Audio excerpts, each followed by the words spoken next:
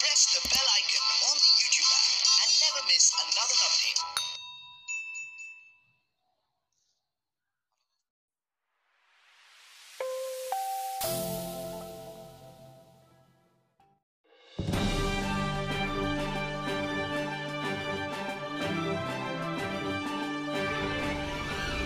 சகோதரனின் மனைவி குறித்து நாமல் எம்பியின் பெருமிதம். முன்னாள் ஜனாதிபதியும் எதிர்க்கட்சி தலைவருமான மஹிந்த ராஜபக்சவின் இதய புதல்வர் ரோஹித ராஜபக்ச தனது நீண்ட நாள் காதலியான டட்யானாவுடன் திருமண பந்தத்தில் இணைந்து கொண்டார்.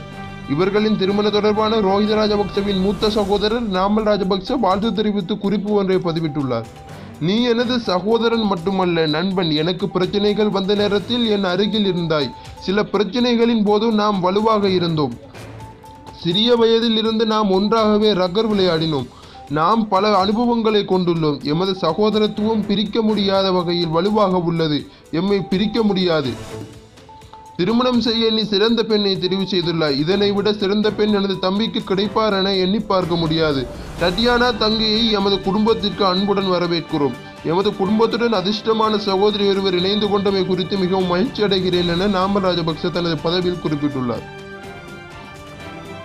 மற்றொரு செய்தி, ரணிலுடன் நட்பை வெளிப்படுத்திய மஹிந்த, அவசரமாக நாட்டை விட்டு சென்ற மைத்திரி.